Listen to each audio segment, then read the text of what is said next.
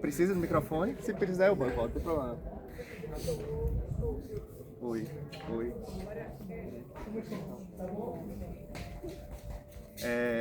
Ele perguntou que veio a primeira vez hoje. Vocês aqui. Primeira vez. Primeira vez na casa, mas é a primeira vez no centro espírita. Na casa. Eu já frequento outros centros. Tá bom. Só para saber com que ritmo eu vou hoje. Bom, eu me chamo Tiago, sou trabalhador aqui da casa desde 2024. E o tema da nossa palestra é livre-arbítrio e destino, porque não existe mês de azar. Existe um consenso, ou uma crença popular que fala que agosto é o mês do desgosto, né?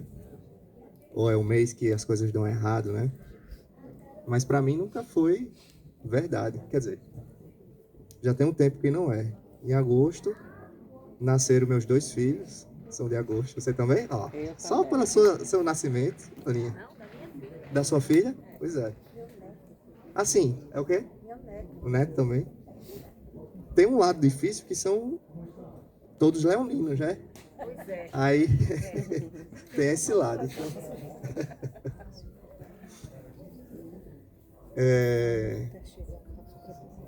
E o intuito principal da nossa conversa é a gente chegar à conclusão, pela luz da doutrina espírita, sobre a questão do livre-arbítrio e do que a gente pode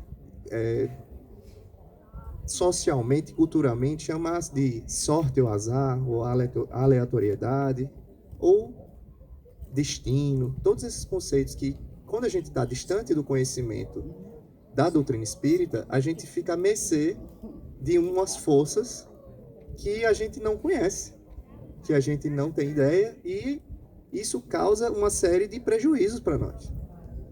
Então, a minha ideia é não trazer uma conversa doutrinária, necessariamente, mas uma conversa que a gente possa aplicar no nosso dia a dia para que a gente enfrente as provas e as circunstâncias de uma forma mais consciente, de uma forma mais resignada, né? Então, para abordar esse tema do livre-arbítrio e do destino, eu preciso introduzir um conceito sobre o que é uma lei. E aqui eu já adianto que o livre-arbítrio é uma lei. O Espiritismo nos traz o livre-arbítrio como uma lei. E o que seria uma lei? Então, todas as palestras que eu tenho a oportunidade dessas conversas, eu tento desmistificar esse conceito de lei que a gente tem da visão material do que seria a lei. Como se fosse uma regra dura que você, se você for contra ela, você vai ser punido. Esse é o conceito que normalmente a gente traz associado à lei. Mas, na visão do espiritismo, consequentemente, né, do universo, do que a gente comumente chama de Deus, as leis são um conjunto de regras, de inteligências, melhor dizendo, que garantem o nosso propósito, o nosso destino. E tem uma lei específica que o Espiritismo nos revelou, que nos diz que destino é esse. E destino, para a gente que é esse, que comunga do conhecimento espírita, ele está associado a essa lei, que é a lei do progresso. E o que é que fala a lei do progresso? A lei do progresso fala exatamente o que Popó, Marx falou aqui, sobre, no caso o alemão, né? Ele falou assim, vós sois deuses. Não foi? Ele trouxe agora na oração? Então, a lei do progresso, ela vem revelar exatamente isso. Nós somos sementes de deuses. Nós somos sementes de seres angelicais. E nós todos estamos destinados a nos tornarmos espíritos puros. E, segundo a revelação nós todos fomos criados, emanados da fonte que nós chamamos de Deus, pobres e ignorantes. Ou seja, saímos do zero e vamos, através das experiências, nos tornando esses espíritos superiores, puros, em graus muito elevados que Jesus naquela passagem chamou de deuses. Então, todos nós temos esse poder latente dentro de nós, assim como uma semente de laranja tem um poder latente de ser uma laranjeira, que dá frutos. Ok? Então, o que é lei? Se estão acompanhando, só para ver se está todo mundo acompanhando. O que são leis a partir da perspectiva das leis espirituais? São imperativos, forças, que regem a existência. Então, nós temos as leis físicas. Por exemplo, a lei da gravidade, certo? Fisicamente, nós temos várias ciências que estudam a matéria, com a biologia, a química, a física. Dentro dos estudos da física, nós temos a teoria da lei da gravidade. E a lei da gravidade impera sobre nós, ou sobre a matéria, independente da minha opinião sobre ela, assim.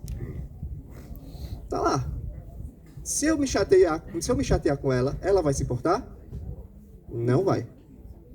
Se eu desconhecer a lei, ela vai deixar de imperar sobre mim? Também não. Então, nós estamos aqui numa conversa para poder explicar um pouco como as leis espirituais, assim como a gente estudou na escola, as leis da matéria, as leis científicas, as leis da biologia, vários conceitos que a gente entendeu que regiam a nossa existência pela perspectiva material, a gente vai estar aqui conversando sobre as leis que regem o universo, da mesma forma que a matéria, só que pela perspectiva espiritual. Então, nós falamos, o tema central da palestra é o livre-arbítrio, mas, para que a gente consiga expandir esse conceito de uma forma mais prática, eu vou trazer outras 3 leis associadas a ela. E eu já trouxe a primeira, que é a lei do progresso. Por que é importante a gente saber sobre a lei do progresso? Porque isso é uma lei, é um imperativo para todos os seres.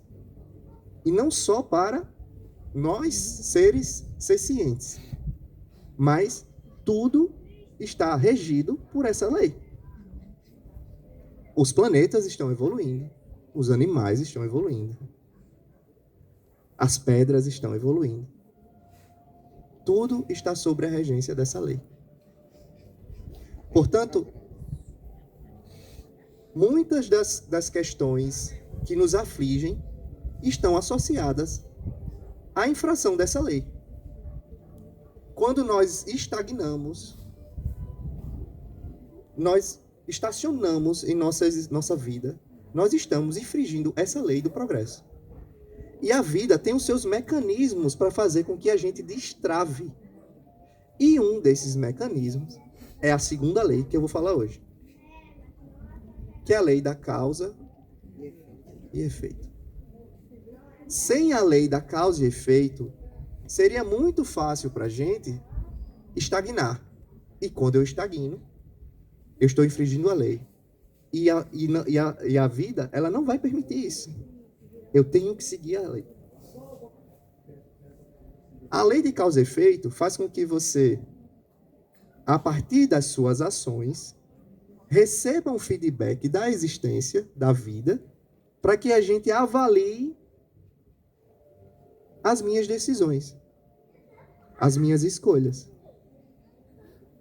Que avalie o que eu estou fazendo de posse da terceira lei e da lei principal que a gente vai conversar hoje, que é a lei do livre-arbítrio, que só é concedida para os princípios inteligentes que já atingiram um certo grau de desenvolvimento e podem, por mérito próprio, tomar decisões dentro do seu processo evolutivo, no cumprimento daquela lei. Por quê? A Bíblia fala assim: o homem foi criado à sua imagem e semelhança. Então o homem, nós, a humanidade, foi criada à sua imagem e semelhança. A gente entendeu, ou parte dos religiosos traduziram e pegaram esse trecho da Bíblia e interpretaram que Deus, se nós somos criados em imagem e semelhança, Deus é um homem. Né? Se eu sou imagem e semelhança de Deus, e Deus é um homem. Mas essa afirmação não está associada a questões materiais, que a gente tanto cai nessa armadilha. Toda interpretação tem que ser levada para um viés espiritual, do ponto de vista da perspectiva do espírito, da vida real, da vida verdadeira. Nós fomos criados em imagem e semelhança porque nós trazemos os insumos principais de Deus. O amor, a justiça, a bondade, a beleza. Marcas, fichas número 1 da cor: azul, verde, laranja e rosa.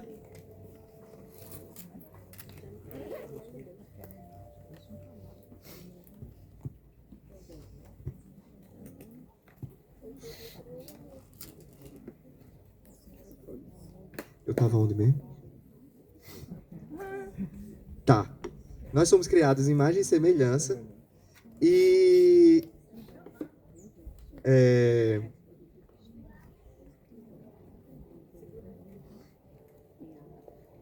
Número 2, laranja. Ai, não. Eu vou essa permissão. Benção, Bom, vou pegar da onde eu peguei aqui e a gente vai. Se alguém sentiu falta de... Tiago, você falou um negócio que eu não entendi, queria muito que você explicasse, levanta a mão, me ajuda, tá? Então, a partir... todos nós trazemos esse DNA divino que vai nos conduzir, ou que vai ser uma bússola para as nossas decisões. Que são essas decisões, que são essas características divinas, de bondade, amor, justiça e beleza. E nós vamos descobrir esse potencial, esse poder latente divino que a gente tem por nosso mérito. E para isso, Deus se utiliza da lei do livre-arbítrio.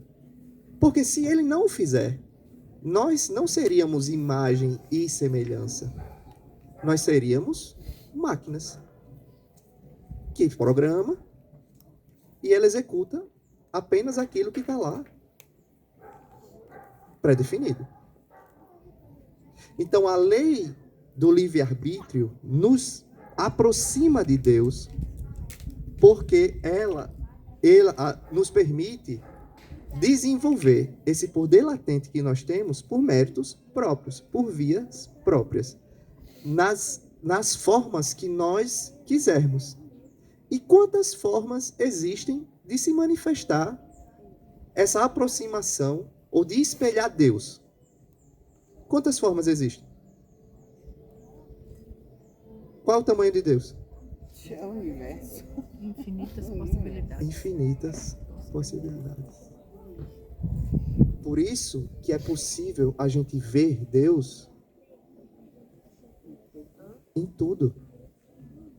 No músico, no médico, no curandeiro, no índio, no abraço, na natureza. Todos os seres que cumprem o seu papel refletem a totalidade de Deus. A árvore cumpre o seu papel enquanto árvore. Os animais, se eu quero um leão em sua essência, é fácil. A gente vai numa selva e vê um leão. Agora, se eu procuro um ser humano em sua essência, é fácil? Não. Mas, Você olha para você, né, logo. sim. segundo aquela primeira lei que eu trouxe, que é a lei do progresso. Todos nós seremos um ser humano inteiro, íntegro.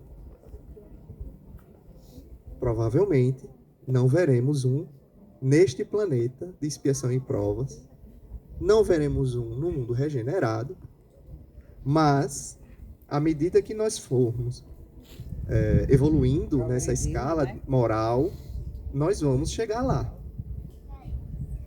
E eu acho que o ponto central para a gente entender aqui é que essa construção, ela é uma construção paulatina. Nós já estamos vindo, segundo o que os espíritos nos revelaram, de muitas e muitas existências, de muitos e muitos planetas, desde um princípio inteligente que povoou seres inanimados, depois passou por seres da ordem da dimensão vegetal, depois da ordem da dimensão animal, até chegar na espécie humana, e depois a gente vai para outra espécie, menos material. Então, que a gente possa ter calma. E a gente possa usar a faculdade da consciência e da inteligência para se alinhar com essas leis. Mas eu falei que eram 4 leis. Eu falei da lei do progresso, falei da lei da ação e reação, falei da lei do livre-arbítrio e falta a 4ª. Quem chuta? Justiça é a lei da reencarnação. É a lei da reencarnação. E aqui eu quero integrar o conhecimento e a percepção dessas leis para que a gente traga para a realidade do nosso dia a dia. Quando eu parei para estudar fazer o estudo para essa palestra, foi muito interessante. Eu geralmente faço minha oração assim que eu acordo, bem cedo, e depois fui preparar meu café da manhã. E eu, graças a Deus, e por méritos, né, de muitos familiares, eu não conheci a escassez material. Eu nunca passei fome. Mas eu venho de uma família que o meu pai sim. E muitas das coisas que ele adquiriu desse processo, por osmose, ele foi passando. Né? A gente acaba passando, né? A gente herda coisas dos nossos pais que não necessariamente são material, né? Característica. E tem uma característica muito peculiar que eu herdei, é que assim, eu odeio o desperdício de comida. Então, quando eu abro um pote de iogurte, eu como iogurte, aí depois eu vou raspando. Quando eu não tenho mais nada, que eu tirei tudinho, porque eu espremi a pasta de dente tudinho, é que ok. Só eu que sou assim? Isso é uma característica de quem, né, realmente teve contato com a escassez. Eu não tive, mas tive por osmose, né? E estou tentando ver se isso é modificado, porque não é bom. Mas o que é que aconteceu? A minha manteiga tinha acabado, estava no fim, manteiga de garrafa. Aí eu botei ela de cabeça para baixo. Ela foi embora. Para descer. Foi pior do que isso. Para ela ficar equilibrada, eu encostei ela no azeite. Derramou, foi tudo. Aí quando eu abri a porta, o azeite cheio. Quebrou no chão. E o primeiro intuito que eu tive foi... salvar a manteiga. Não, recolher o azeite. Qual foi? Recolher o azeite, né? O que essa situação quer me ensinar? Porque o corpo, o primeiro sinal que ele deu foi de raiva. O coração já bateu mais rápido.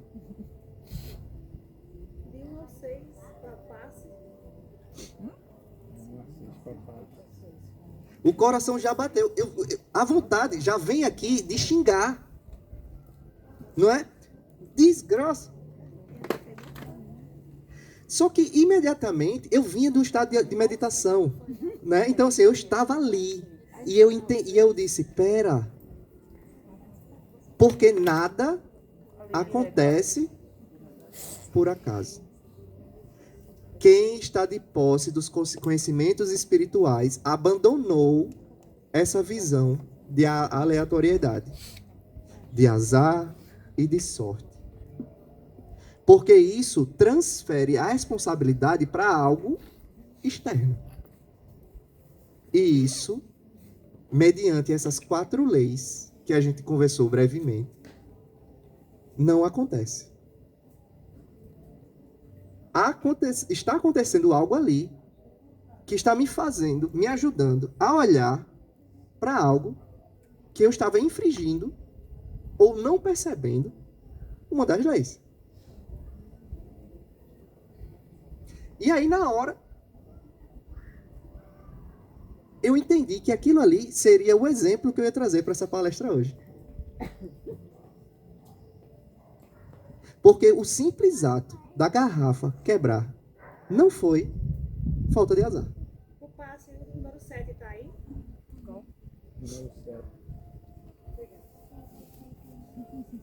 Porque, veja, na hora que você tem essa compulsão que eu identifiquei, no meu caso, que era por causa de uma escassez, de um histórico de escassez, isso não se manifesta só nos alimentos. Isso se manifesta em outras situações da vida, e em outras situações de vida que podem ser complexas. Porque isso leva à mesquinhez. Então, por exemplo, num relacionamento, especialmente a energia masculina, os homens, têm essa força muito exacerbada, enquanto a mulher é muito externa, o homem é muito interno. Você gera situações que dificultam o seu relacionamento, dificultam o seu progresso espiritual e material, consequentemente. Então, a gente precisa olhar para essas pequenas questões do cotidiano para a gente ir entendendo as mensagens que o universo vai nos trazendo. Número 2, nas cores azul, verde, laranja e rosa.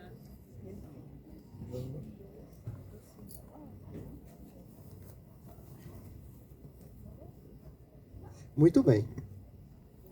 Então, por que, Tiago, você está trazendo esse contexto? Para que a gente tenha presença e consciência de que nada acontece com a gente por acaso.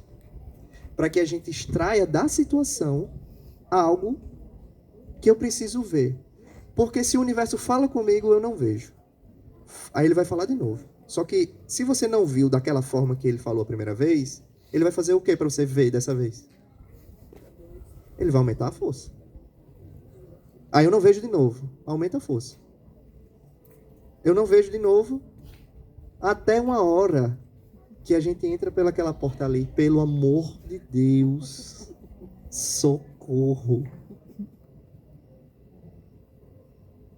Entende? Então, nossas dores e as nossas glórias fazem parte, na encarnação, de um mecanismo educativo para atender à lei de progresso. Os mecanismos que o universo usa para que a gente faça essa dinâmica de evolução são a lei de causa e efeito, ou seja, as coisas que me acontecerem vão ser derivadas das minhas escolhas enquanto ser ciente, possuindo o livre-arbítrio. São também oriundas da lei da reencarnação. E é isso que eu queria chegar hoje. Tem uma questão que é: o livre-arbítrio existe de fato? Veja, você está falando o seguinte, Tiago: todo mundo vai evoluir. né? É obrigado? É obrigado. Nesse ponto, não tem escolha. Depois desse, tudo tem. Só que, Tiago, mas eu queria ter outra mãe.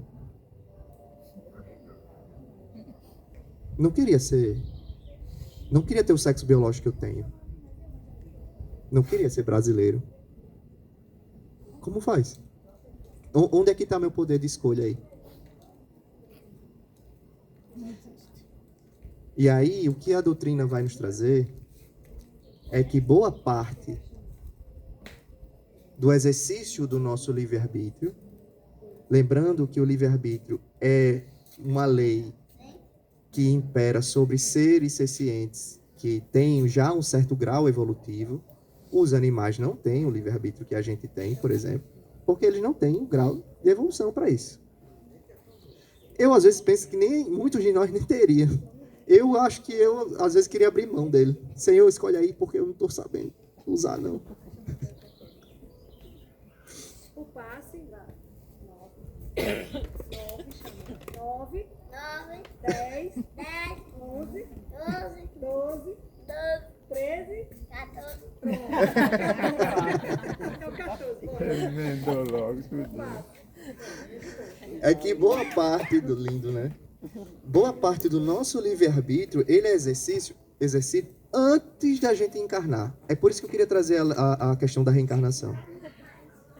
Quando a gente, para a maior parte de nós, que já temos um grau de consciência, nós vamos fazer assim, segundo André Luiz, no livro Psicografado por Chico, existe como se fosse um departamento da cidade espiritual destinado especificamente para a gente fazer a planta baixa da nossa encarnação. E é lá que a gente escolhe essas coisas. Boa parte do nosso livre-arbítrio é escolhido lá. Então, é assim. Quem já assistiu a Odisseia? Tá na moda, né, a Odisseia? Assistiu? Não assisti ainda não, mas já estudei o mito, né? A meta de Odisseu é chegar aonde? Quem assistiu? Ítaca. Certo? Essa é a meta dele. O passe 15, 16. 15, 16. 17 tá aí? Trabalhadores, futuros 17? trabalhadores. O 18 tá aí? 18. Tem mais alguém pro passe? Tem mais alguém do passe, não? Quer ir? Chega. Então, fazendo uma analogia com o mito, nesse projeto de uma forma global, para todos os seres, nossa Ítaca é chegar em espírito puro, ok? Lei do progresso. Só que a gente vai fazendo isso em fases. Encarnação por encarnação. Então, para esta encarnação, nós fomos lá na empresa de projetos encarnatórios, SA, e olhamos para o nosso retrospecto, junto com os nossos mentores, e disseram, para essa encarnação, eu quero resolver este ponto aqui. Porque a gente tem, assim, muitas dívidas, e uma encarnação só não seria suficiente para resolver tudo. Ou se a gente não tem dívidas, porque eu quero também deslocar um pouco dessa visão de que a gente é devedor. Nós somos frutos do amor divino em processo evolutivo. Então, nós somos crianças espirituais em processo de aprendizado. E as crianças, como a gente bem sabe, aprendem muito mais quando são amadas do que quando são criticadas. Quando eu apanhava. Não é assim? A gente já entendeu isso? Então, vamos pegar isso e fazer com a gente. Entendendo que temos essa ideia de espíritos em construção. E aí lá a gente escolheu nosso objetivo. E para que esse objetivo fosse atingido, nós viemos entendendo o que é que teria que acontecer para que eu tivesse mais chance de sucesso. Porque Deus quer que a gente dê certo, gente. É claro. Então a gente escolheu quem seriam os nossos pais, quem ia vir como meu irmão, Quem seria potencialmente? Meu cônjuge, o país, a época, profissão, tudo. Aqui, uma coisa. O assassino do próprio filho, ele escolhe isso? No projeto encarnatório? Hum. Não. Aí onde está o livre-arbítrio. Isso. Aí impera a lei do livre-arbítrio. Porque, veja, a gente escolheu o porto que a gente queria chegar, que é Ítaca, que é o nosso destino. Certo? Sim. E aí a gente entra no navio, que é a vida. Certo? Encarnou, entrei no navio. O que eu faço dentro do navio É problema seu. é problema nosso. Aí a gente executa a outra parte do livre-arbítrio, que é limitado, entende? Assim, eu já defini o porto que eu ia chegar, e eu já escolhi embarcar naquele navio. Dentro dessas limitações, eu vou escolher se eu vou... Mas você não sabe o que é que vai praticar ainda, né? Não. Você escolhe. E esse é o mecanismo da lei da reencarnação. Para que a gente tenha... A encarnação serve para que a gente tenha experiências. E essas experiências nos tragam vivência para que a gente passe a escolher melhor. Porque o pai que escolheu aquele filho para vir, né? É. E ele mesmo vai e tira. Uma criança de 3 anos. É. Não é um negócio meio. O que a gente vê na literatura espírita é que, assim, a gente não deve olhar para nenhuma circunstância de um olhar material. Porque não é a realidade. A relação que envolve esses dois, nesse exemplo que a senhora trouxe, certamente não começou a primeira vez agora. É isso que ainda me Entende? acho que são coisas. Justifica alguma coisa? Não. Não justifica, mas alivia um pouco. Ela nos traz consciência. Não para que a gente busque alívio necessariamente, mas eu acho mais para que a gente busque não julgar. Porque assim você vai julgar quem? Deus? Não pode. Entende? Não julgar é muito, importante para que a gente não caia sobre a lei da causa e efeito. Pelo menos você pensa que. Porque se eu aqueles julgo dois errado, tem problema, né? Que já vem de outras encarnações. com certeza, certamente, pelo que a espiritualidade, nos traz de conhecimento, existe uma relação aí complexa, que alguma coisa aconteceu, que a espiritualidade ajudou a conduzi-los a encarnarem juntos numa relação parental, e isso aconteceu. Para ver se dava um jeitinho, mas não houve jeito. Mas vamos pegar esse caso e trazer para a nossa realidade. Quem aqui não tem problema conjugal? Todo mundo tem Ou que não tem problema com filho? filho. Não é? A gente tem todo esse conhecimento que a gente vem, trazendo aqui, Mas, debatendo. graças a Deus, são problemas que você, com conversa, alguns, né? Tem aqueles que não tem como, Exato. né? Mas graças a Deus o que tem assim, pelo menos o meu, com conversa eu resolvo. Que já é um mérito, mas assim, acredite, em algum momento nós já tivemos muitas relações que foram bárbaras nesse nível. Ou mais. Mas não sei o que é que está acontecendo hoje. As pessoas estão assim, muito imediatista ou assim.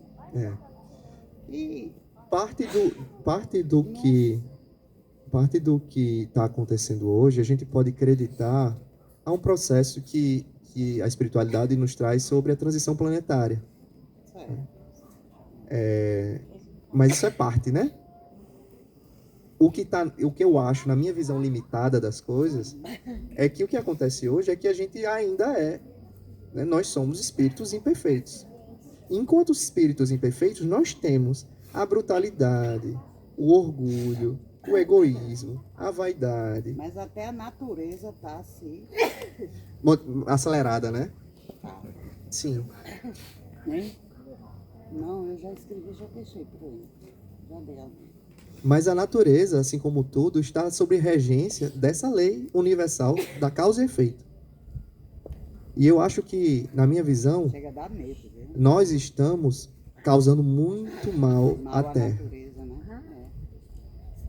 E ela, como um espírito vivo que é, um ser vivo que é, Aí tá mostrando, né? e nós precisamos aprender a harmonizar com o planeta, entende? Então, assim, a gente precisa olhar para isso não como espanto, mais uma vez. Assim como eu olhei para aquela circunstância do azeite caindo, para tirar um aprendizado sobre não ser escassez, na hora eu me lembrei, antes de eu ficar...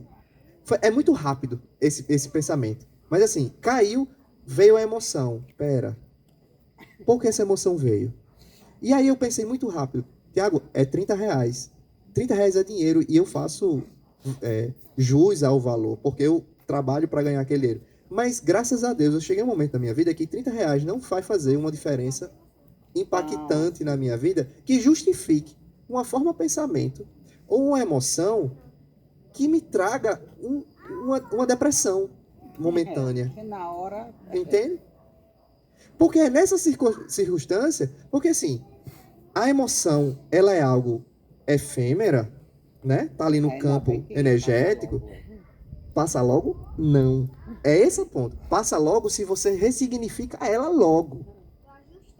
Sim, Mas ali a você gente... não vai ficar o dia inteiro só pensando Mas tem naquele gente que azeite. fica o dia inteiro nisso. E a gente sabe por que fica? Que eu sei. Porque a gente vive tempos de uma pandemia Não, de problemas emocionais, mentais. Crise de ansiedade, remédio para dormir, remédio para acordar. E tudo isso é consequência de pequenas questões dessas. São dezenas ou centenas de questões de azeite quebrando. Porque isso é particular, né? Para cada pessoa vai se manifestar de um jeito diferente. Que vai nos levando a esses estados de adoecimento. Porque a emoção você já viveu ali. A emoção é real, o sentimento, aquilo ali é real. O corpo, ó, Mas eu vejo hoje que meus pais, pronto, eu tenho 70 anos, 73 anos. Então, meus pais eram diferentes do que eu Sim. vivo hoje. lei do progresso. Eles eram mais tranquilos, Sim. eu acho. Ou não mostrava. Eu lembro bem, Sim, não, eu concordo. era mais tranquilo. Eu era, concordo em alguma medida, até né? dentro de casa, tudo era mais Mas Hoje veja, tá muito isso está acelerado. previsto em Kardec. Kardec falou. Kardec pergunta aos espíritos quais são os sinais dos fins dos tempos. E vai existir esse fim de tempos mesmo. É um tema para outra palestra. Mas sim, Mas não tá ligado, né? Existem várias formas de se explicar o final dos tempos. Né? a gente vai ter o final dos tempos dessa palestra. Vai ter o final dos tempos desse Porque senão dia. vai ser um pane. E vai ter o final dos tempos, que Kardec se refere ali, é o final dos tempos desse estágio do planeta. Do nosso estágio de expiação vai e vir provas. um meteoro, Não. acaba com tudo. Não. Bom, Vamos para frente. não Vai é o lá. que não é a minha interpretação e não é não está de acordo com os estudos que eu acompanho, Que você acompanha, né? claro. Eu também leio assim, mas eu não entendo esse final de tempo. O final dos tempos é a transição do Do planeta planeta, que ele vai de um se estágio regenerar, né? Vai. de expiação e prova para o estado de regeneração. Mas também não vai acontecer assim, vai virar mil maravilhas, não. Isso não pode ser mental e emocional, em vez de ser físico, por exemplo? É porque tudo que existe plasmado na matéria existiu primeiro na mente de alguém. Isso. Então, a transformação mental vai acontecer e, consequentemente, uma transformação mental vai para a existência material. 2, azul turquesa. Eu.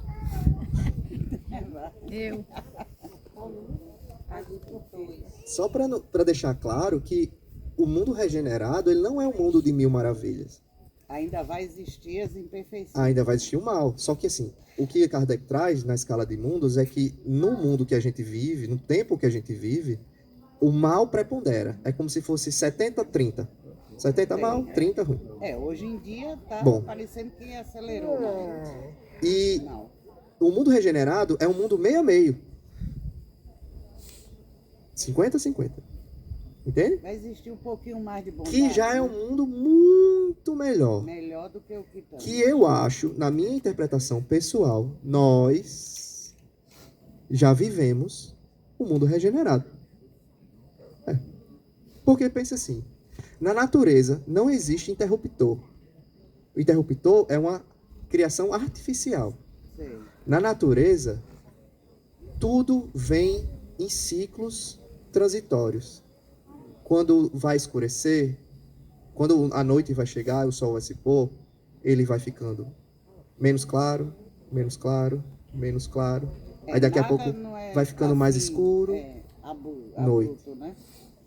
Assim é com a maré, assim é com a gravidez, entende? Então, eu percebo que a transição vai respeitar a lei natural.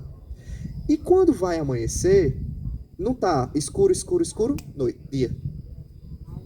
Ele vai?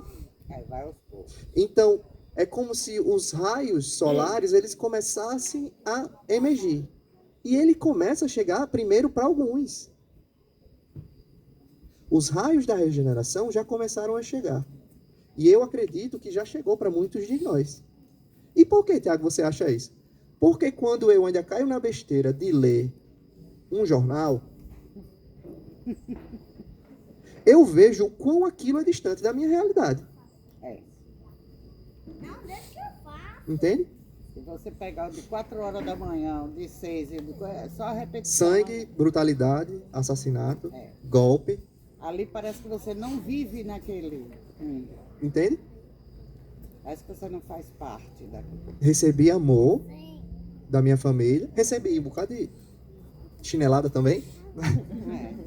Mas eu falei que é meio a meio. Não sei quem é ser perfeito.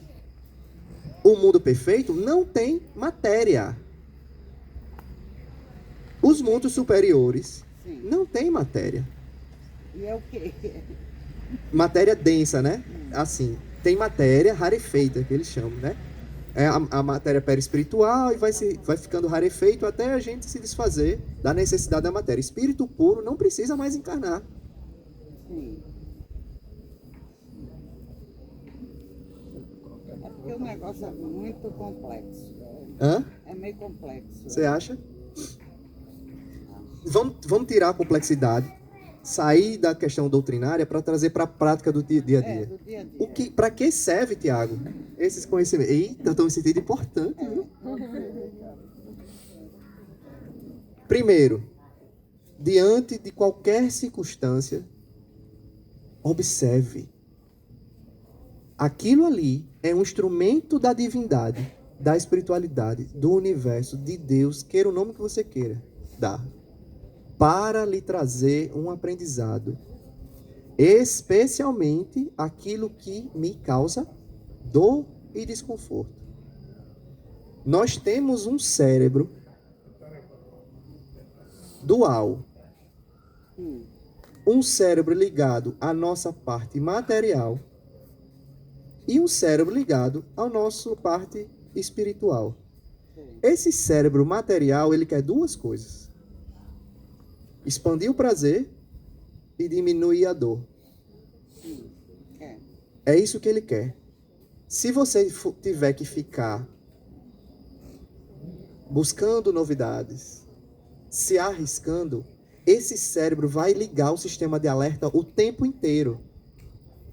Então ele faz de tudo para você economizar energia, ficar parada, não correr risco. É. E quando você faz isso, você está infringindo uma lei espiritual. Qual?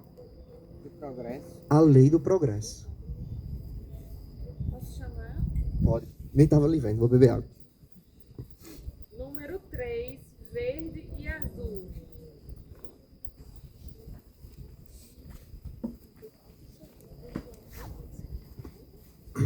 A lei do progresso. E aí a vida vem e te dá todas os sinais, os indícios para que você entenda que você não pode ficar parado. Aí vem a depender, gente, a depender muito. Eu estou trazendo exemplos pedagógicos para não achar que é por causa disso, tá? Mas depressão, câncer, sinusite.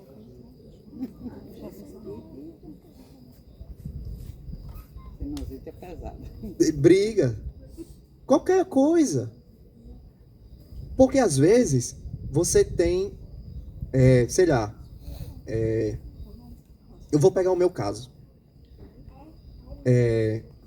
Eu tenho a personalidade, ou venho trabalhando ela, de não ser reativo. Então, quando uma coisa me agride, alguém me agride, ou uma situação me indigna, e eu sinto raiva, eu prendo. Eu seguro aqui, eu não falo. E dentro do nosso sistema energético de chakras, o sistema que processa as emoções está aqui, ó. Gástrico, o plexo solar. É. Então, alguém que não processa bem emoções Aí bota pra dentro.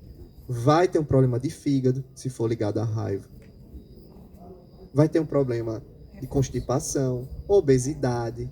Não sabe soltar, só acumula. É. Então, as doenças, os adoecimentos, todas as circunstâncias, imagine que é um voo, que a vida é um voo. E você é o piloto. E o seu corpo é um avião. A doença são os sensores apitando. Olha, tem algo aqui, nesse aspecto, que você precisa olhar. Fiz um exame, rim, fígado, ser raivoso, pode ir. Problema com raiva. Aí vem pra cá, deita na maca, os médicos Vai. já organizam o chakra, vem pra palestra, entende isso que a gente está conversando, como as leis imperam, se cura e diz, eita, milagre. Não. Mas muitas vezes não cura assim fácil, não, viu? Muitas vezes não cura porque é muito difícil a gente abandonar as doenças espirituais. Porque são as questões mais difíceis, porque muitas vezes essa cura é perdoar alguém. Aí é difícil. Muitas vezes essa cura é... O perdão verdadeiro. É, O perdão verdadeiro é difícil. é. Você dizer eu perdoo e pronto. E fica, né? Muitas vezes essa cura é assumir responsabilidades que a gente não quer. Esse cérebro nosso material inferior, que a filosofia do Oriente vai chamar de kama manas, ou mente dos desejos, ela quer que você fique parado. É a mente que está ali racionalizando, analisando, julgando, catalogando. A mente superior, ela está pensando em questões superiores, lhe puxando para as virtudes, para a construção de benevolência, justiça, coragem, disciplina, E tem que ser treinado no dia a dia, né? que é Essa parte colocado no dia a dia. Pra E você ver nem a essa parte velhice superior. acalma. Não. Sabe o absurdo que eu ouço sempre? Um meme que tem assim, não veja a hora de envelhecer e poder ser ignorante sem ser julgado. Não é assim? É, Meu mas Deus, não. é um testemunho de ignorância tremendo. Eu quero envelhecer para eu ter mais tempo de amar mais. É. E não para poder expressar a minha inferioridade de alma sem ser julgado. Ah, é velho? Deixa. É. Que loucura! A gente não entendeu essas Entende a leis velhice, espirituais. Hã? Então, diante das circunstâncias, observa. Não existe azar. Ninguém ganhou na Mega Sena porque foi Quem aleatório. nasce em agosto, né? Eu sou uma. Ninguém. Essas circunstâncias vêm nos ensinar. O livre-arbítrio é real É. para que a gente use-o De maneira correta. para a construção desse Deus em potencial que nós temos dentro de nós, que nós somos. Só que eu sempre gosto de trazer essa frase nas palestras. A arma do mal é a força. Tudo que eu estou fazendo à força, É. eu tô Aqui, contra a vontade. É. eu estou fazendo o mal. A arma do bem qual é? Quem lembra da... Hã? Amor. O amor é consequência. A arma do bem é o tempo.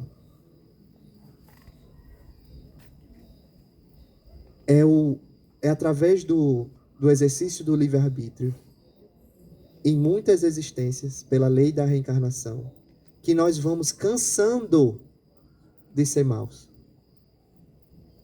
E ter posse desse conhecimento nos faz ser menos julgadores de nós, em primeiro lugar, e das pessoas que nos circundam. Porque quando a gente vê alguém cometendo uma coisa que você já aprendeu, não é porque você é bom e ele é mau, é porque ele não teve tempo ainda. Não chegou o momento dele. E você pode ter Já certeza, passou. fez a mesma coisa. Se não tivesse feito, não reconheceria. Porque a gente não entende nada de japonês. É. Ou tiver alguém que fala japonês aqui? Sabe por que não entende japonês? Porque não tem um repertório para entender japonês.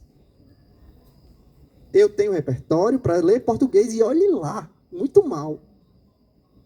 Então eu só reconheço que aquilo é português, aquelas letras e elas juntas, o sentido que aquilo traz, porque eu entendo, eu passei, eu estudei, eu conheço aquilo ali. Então quando eu olho para alguém e vejo aquilo ali que está acontecendo, e eu percebo e julgo, tá em você. Sai daí.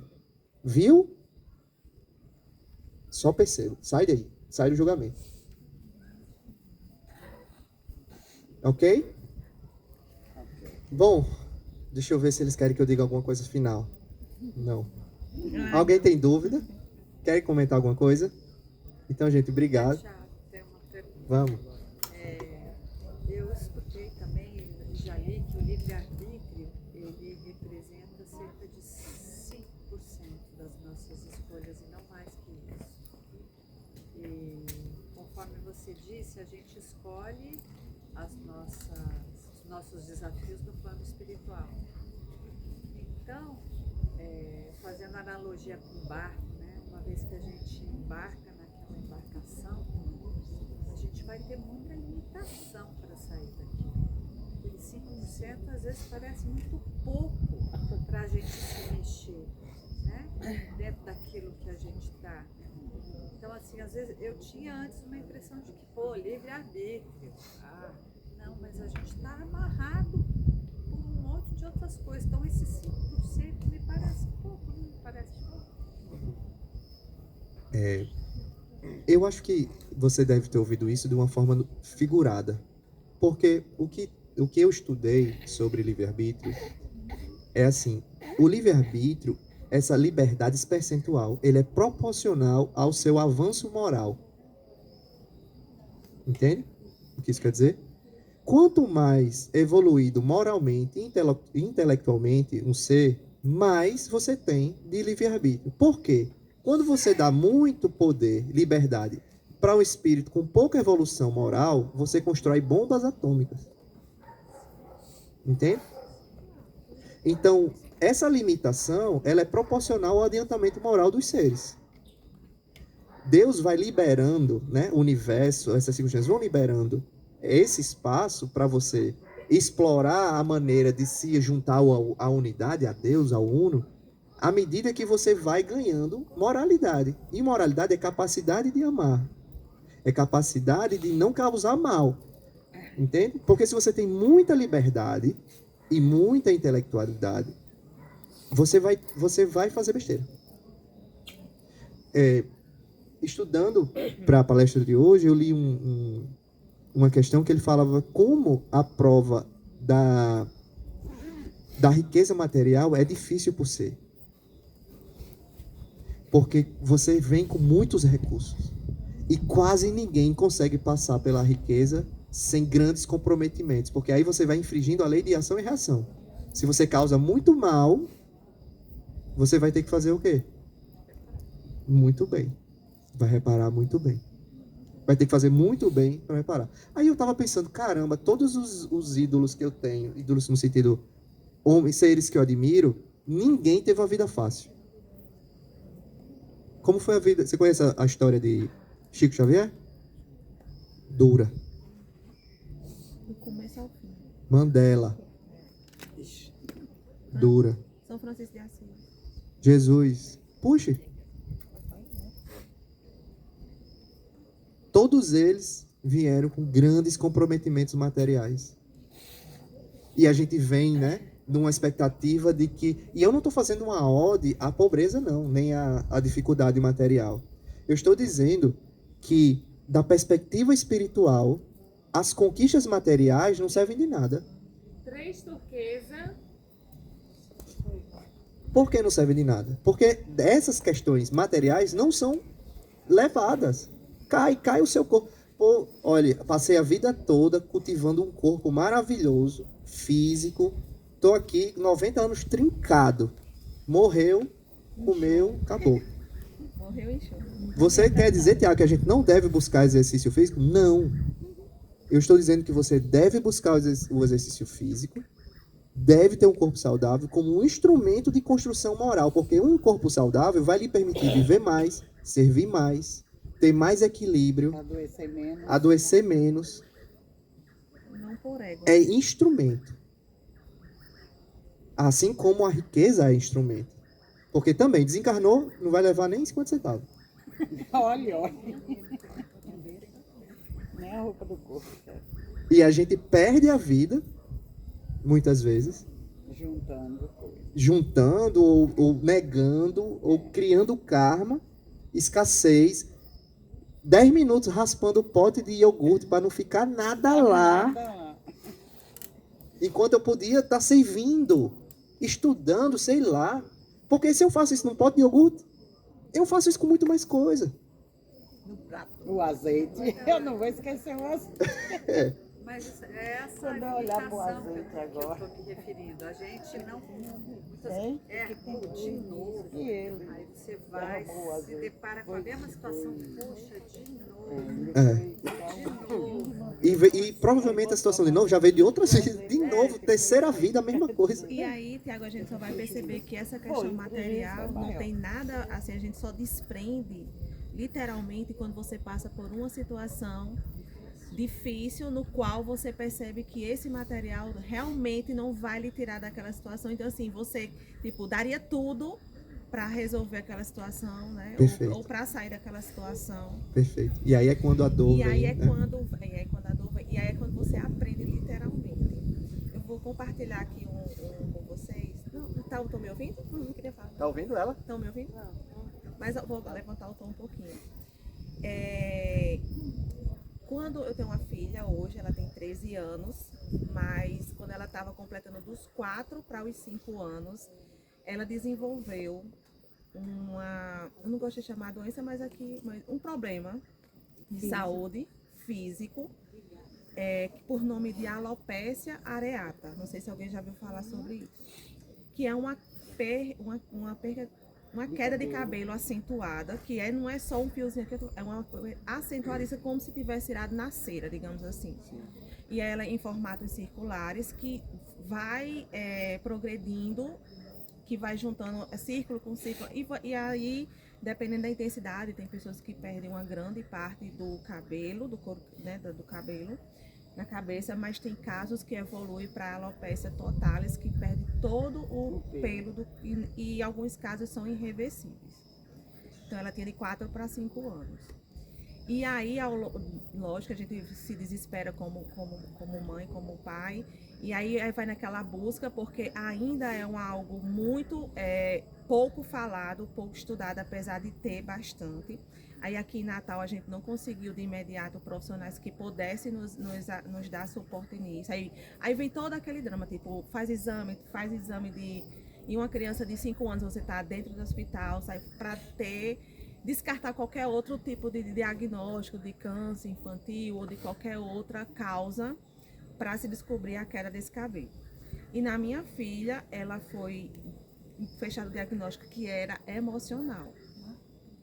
Então você fazer um tratamento aquilo que somatizou e transformou algo emocional que ela passou, que é muito difícil em criança, né, em adulto já é difícil, para quem faz tratamentos, terapias, né, imagina uma criança, então você descobriu o que causava desconforto emocional nela, que fazia com que o sistema imunológico dela desreconhecesse o folículo do cabelo, no caso dela na região da cabeça, e esse folículo caía e ficava como se fosse assim, ó, o meu braço. Depilado.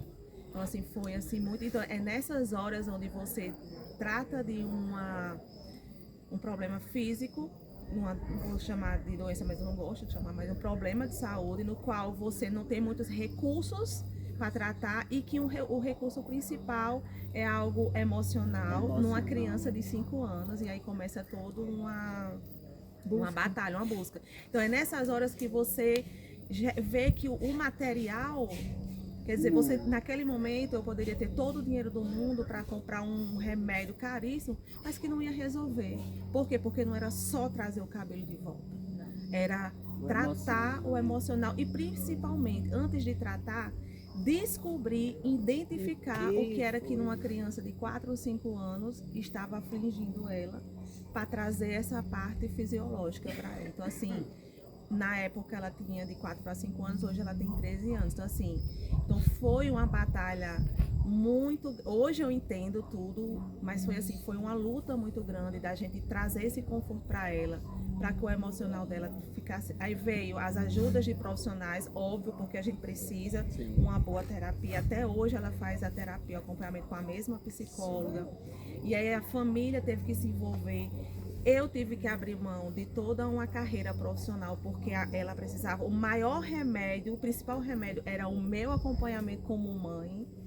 E ali você está tratando de uma coisa, aí vem, não tinha um remédio específico, mas tinha assim, a questão de um shampoo mais específico, um condicionador, umas soluções que fazia com que, digamos, um paliativo. Mas o principal do tratamento era algo que não poderia ser meio que comprado de imediato, entendeu? Então, assim, foi bem desafiador. Hoje, assim, eu tenho, não sei, me sentindo de dividir com vocês aqui, Obrigado. né?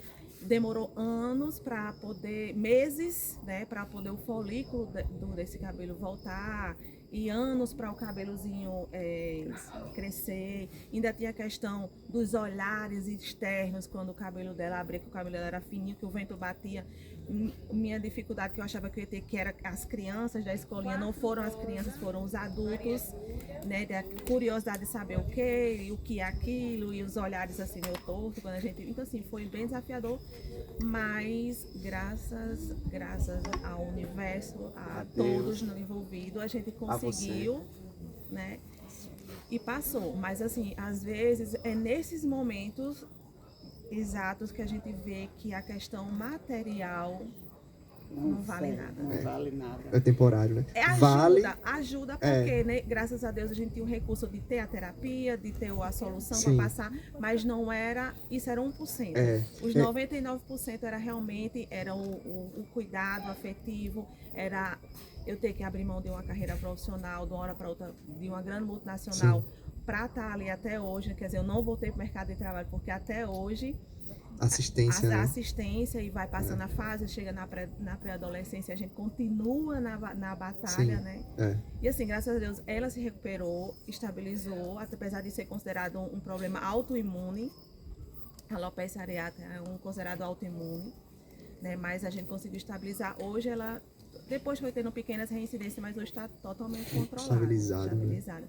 E aí eu aproveito os serviços aqui de lá de São Luís, levo água fluidificada, evangelho no lar e tudo já, porque está chegando no período da pré-adolescência também, onde eu fiquei muito apreensiva, porque onde esse turbilhão de coisas que acontece, poderia ter uma reincidência da alopecia, mas graças a Deus está estabilizada. Sim, só queria compartilhar com vocês, e é nesses momentos que a gente vê que o material e tantas coisas que a gente perde bastante tempo querendo provar muito mais para os outros do que para a gente, tantos títulos, tantos cursos, tantas coisas, e que nessa hora é simplesmente a gente, a espiritualidade e a divindade de Deus para gente superar. Então, a gente saber o que é prioridade, né? Prioridade, muito exatamente.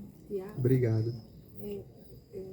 Sensibilizado pelo esse processo, explica o que essa é uma expiação ou uma prova?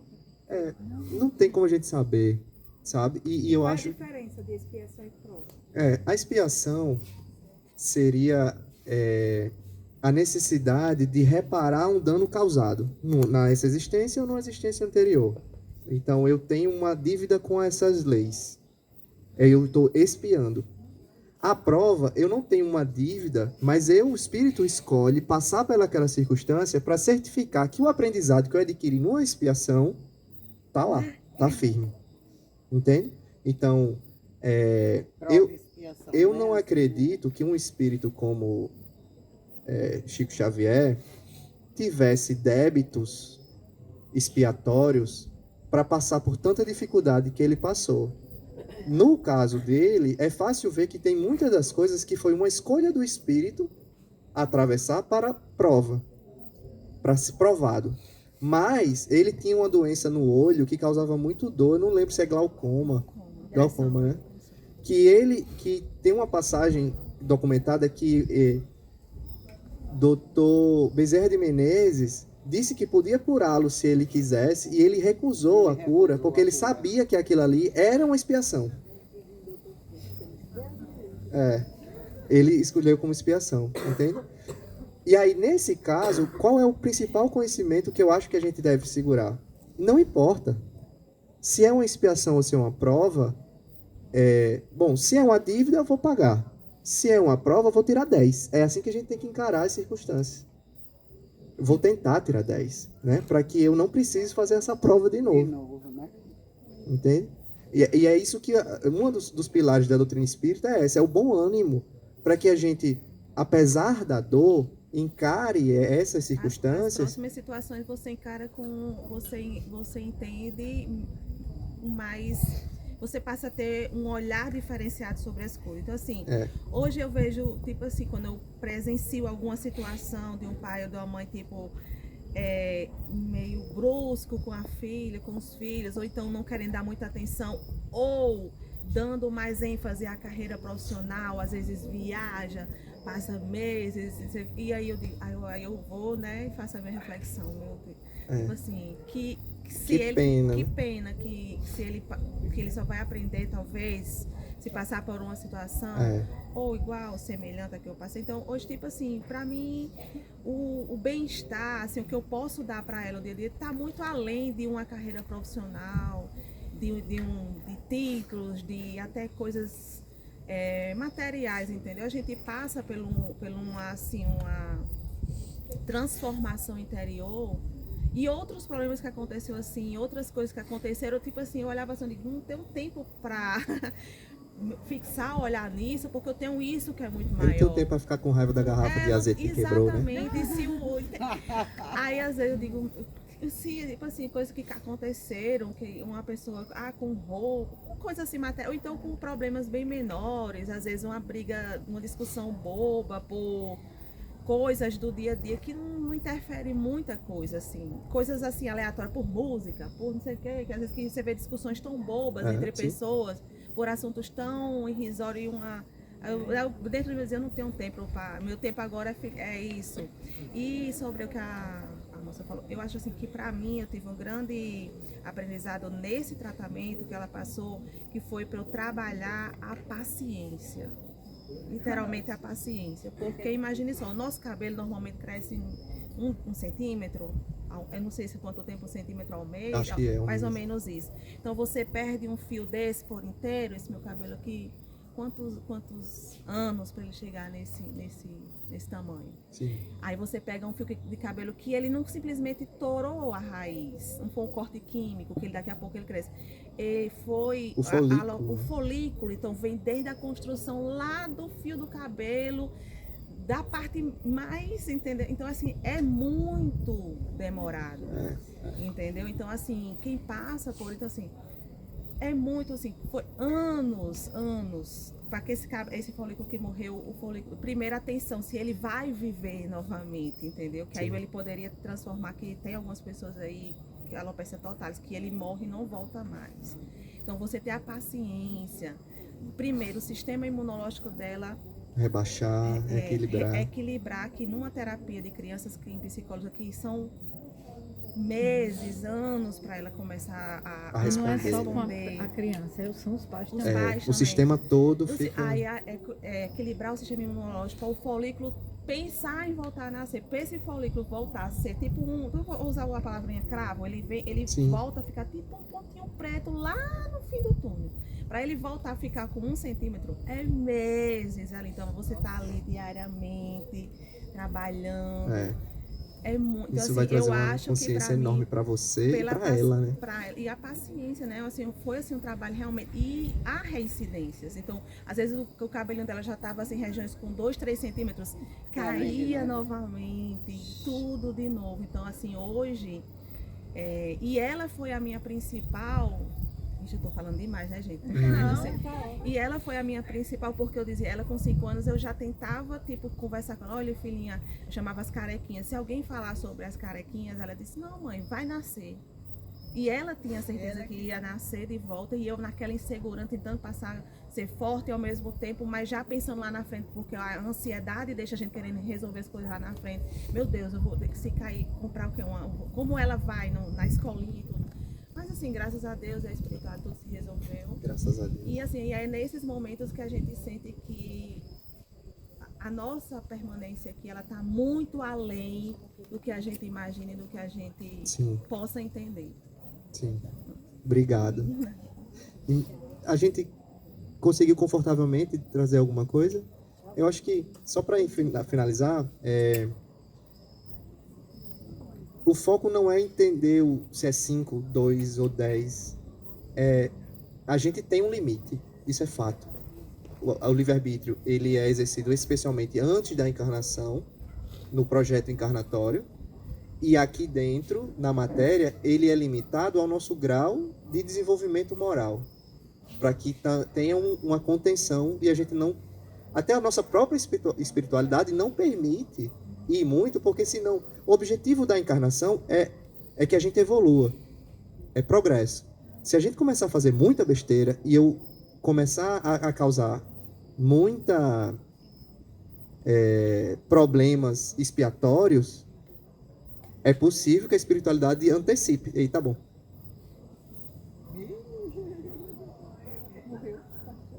Porque ele está causando um dano muito grande para esse caso. Pode olhar como um milagre. Não. É porque aqui vai dar outra palestra. Não, mas eles vão chamar de suicídio indireto. Por exemplo, né? Como a gente se alimenta hoje em dia, como é que a gente trata o corpo, como a gente toma remédio descontroladamente, como a gente vai antecipando, né? Então, no geral, é isso. Muito obrigado pela participação. Até a próxima. Desculpa aí, viu? Não, foi ótimo.